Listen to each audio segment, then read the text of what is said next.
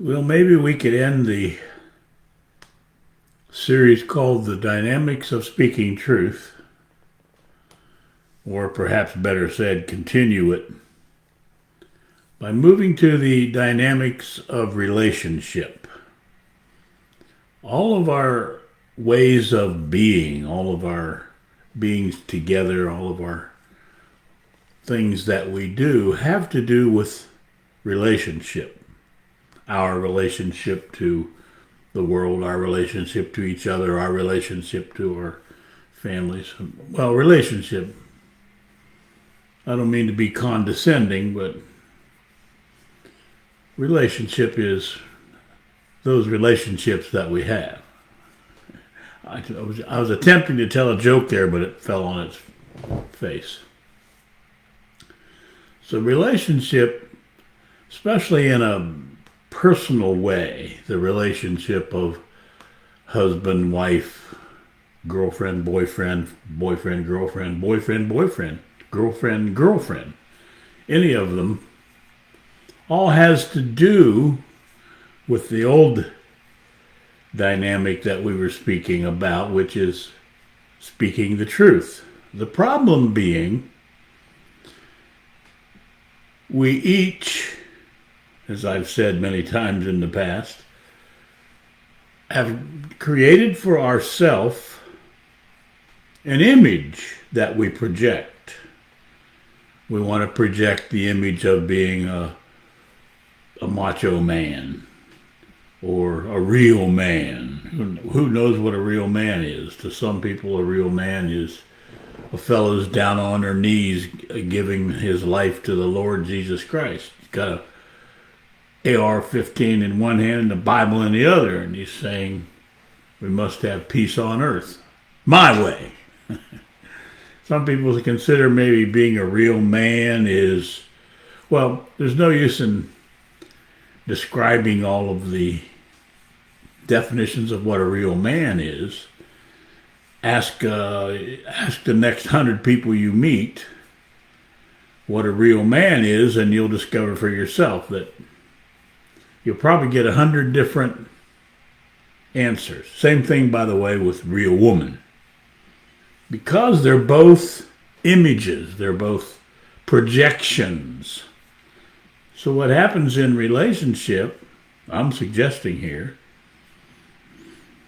is male number one, from age of 4 on up, invents an image of themselves that they want to project to the world.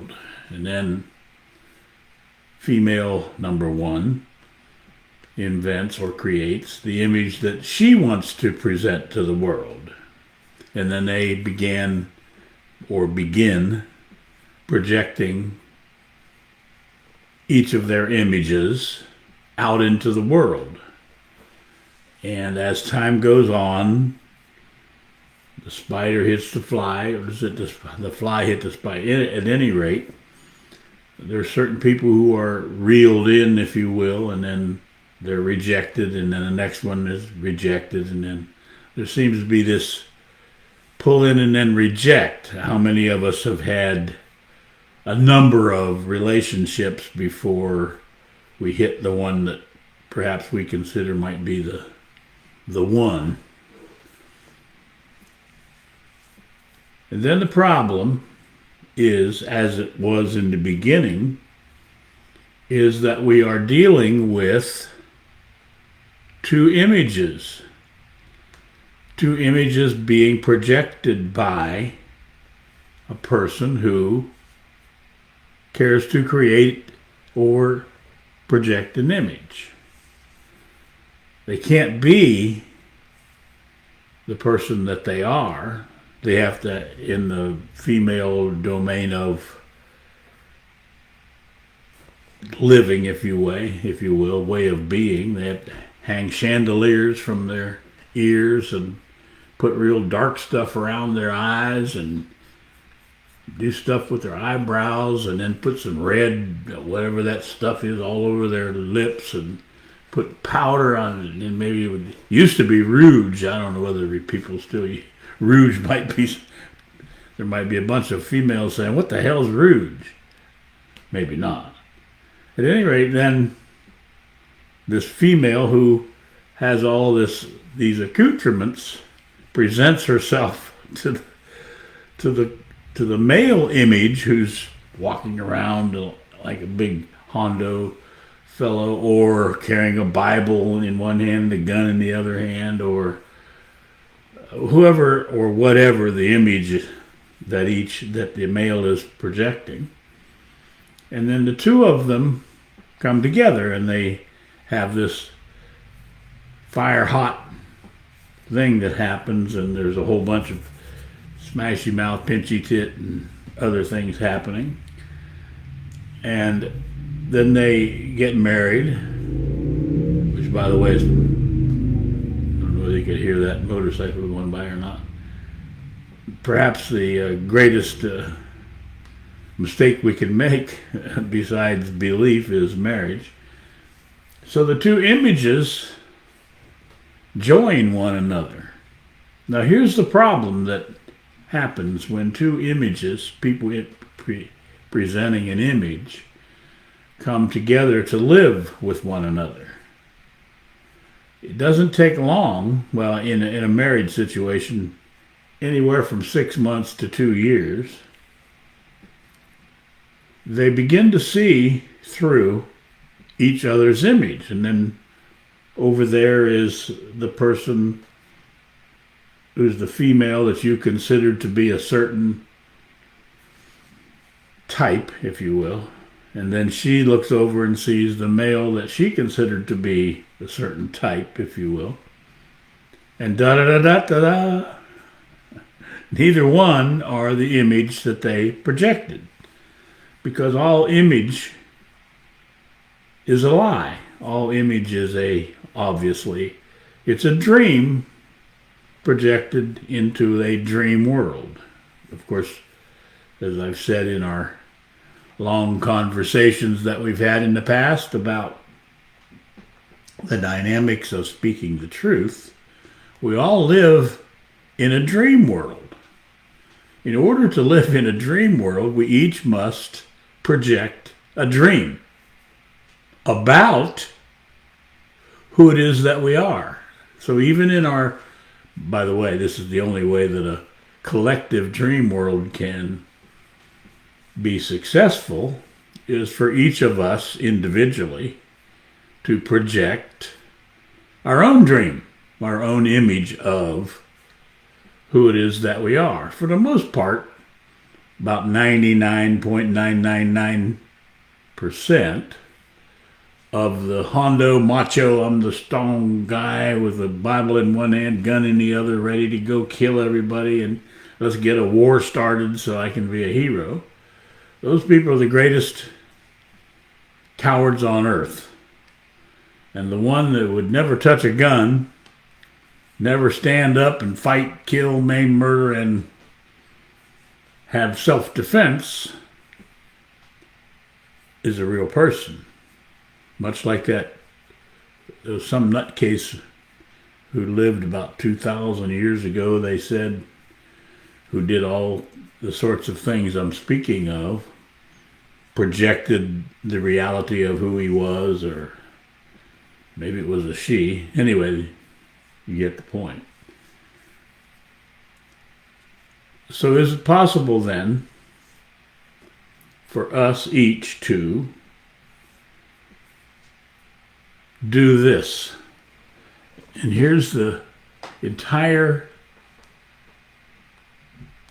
cause of me doing this huge conversation with y'all. I learned this new terminology called y'all when I moved from Ohio to, well, firstly North Carolina, and then recently to, 20 years ago or 18, Arkansas. Y'all. So y'all listening?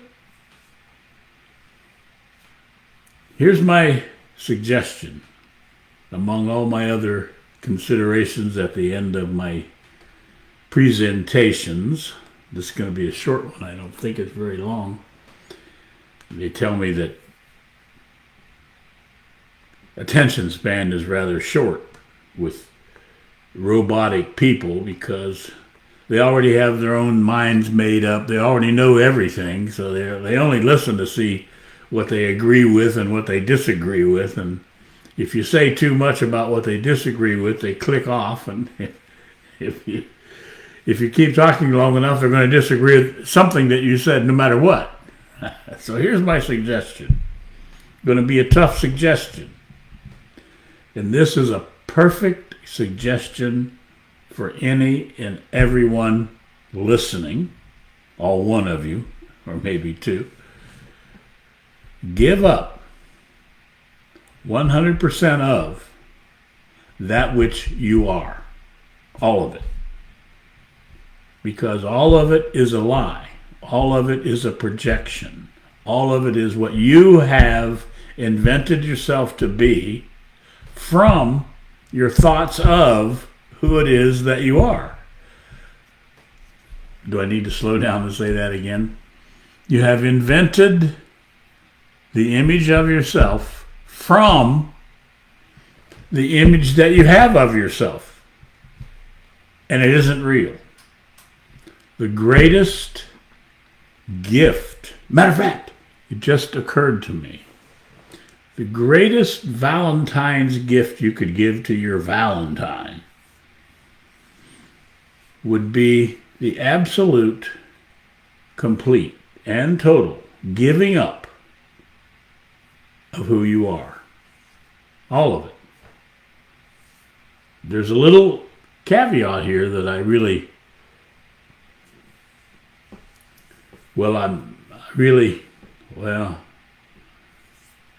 shouldn't, what a dumb word, shouldn't, tell you.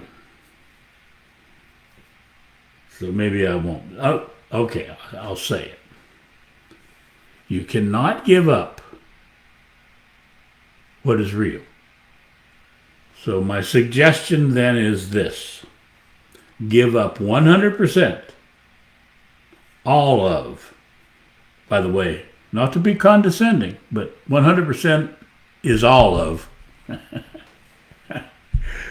who you are. And do it in a way that you see that you're doing it. You have a natural guidance because somebody says something to you and you react, you're ready to get mad, you're going to get him, God's the great, wait a minute, Jesus is saving your life. All those nonsensical, idiotic things that you believe and you have convinced yourself of, that's the time to stop and say, wait a minute. That is what the old, whatever your name is, would do. So you simply stop doing that. You just end doing it. Now there is a little bit of play here in terms of thought being the director, because here's the dilemma. The dilemma is this. Is it possible to use the trap, the prison that we're in, which is the prison of thought? We are trapped in thought. Is it possible to use the trap that we are trapped in, which is thought, knowledge, thought, and belief, in order to escape the trap of knowledge, thought, and belief? Knowledge, thought, and belief is what invented the dream world from which you live your life, the image that you project. So here's the query, here's the question. By the way, life is in questions. Death is in answers. So if you ever get an answer that doesn't have a question included, run away from it as fast as you can. A couple of things to run away from as fast as you can. Maybe the first one is what the main group is doing. If you look at something you don't know quite what to do, look to see what the rest of the world's doing and run the opposite direction. Go away from that as fast as you can. Because we are in a collective image projecting dream world. And you are the result of your own image invention. In other words, you invented your own way of being. So my question now again, or another question is, would you rather be the image that you projected and hold on to that as hard as you can? Keep fighting, keep making everybody wrong, make sure you control everything. Or would you care to discover a new way of being? The manner in which you free yourself is to discover a new way of being. And of course, another little caveat that I shouldn't mention. Once you discover this new way of being, then you need to see if you can discover a way of not being this new way of being. And then you, in other words, you keep checking. The manner in which your own personal freeing of yourself happens is your ability to see or use the trap that you're in, which is thought, to escape the trap from which you are in, which is thought. So the query, that's question, not to be condescending, but query is question, is this. Is it possible for a trained and conditioned robot? By the way, you trained and conditioned yourself to be this robot after your parents made sure that you... Look, all your parents did was make sure you became a trained and conditioned robot. Then you took up the job of being a trained and conditioned robot. So, back to my question. Can a trained and conditioned robot discover that they are a trained, conditioned robot and then use the training and conditioning of the robot to escape from the training and conditioning of the robot? Clear? So if that's my question. Is it possible for you to use the trap that you fell into before you reached the age of 4? By the way, that's the reason you can't remember it, because you fell into this trap of knowledge, thought, and belief before you even had a memory, before you knew what to do to remember something. Your first memory probably is of mom. That dumbass word, mom. What a dumb label to have, mom or dad, either one. The moment you have to adhere to a label is the moment you're a trained and conditioned robot. So the question here that I'm still see if I can get to, what a dumbass I am. I have a hell of a time getting to the question, don't I? Is this, well, I have actually asked it several times. Is it possible for you, firstly, to see that you are trapped and that you are a trained and conditioned robot, and that firstly your parents trapped you in it, and then you yourself accepted the trap? You see, that relieves your parents of the responsibility, unless you're still helping your child stay an idiotic child.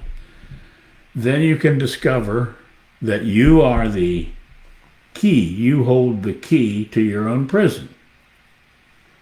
The key to your own prison is that you are in prison, and you are the prisoner and the prisonee. Is there something? Yeah, prisonee.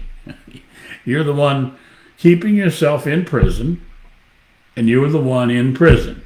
Now, is it possible for you to use the thing that keeps you in prison to get out of prison?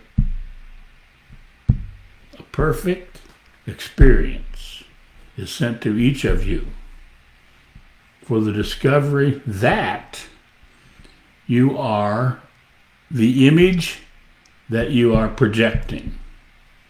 You are not that image. Either is she or he. See you.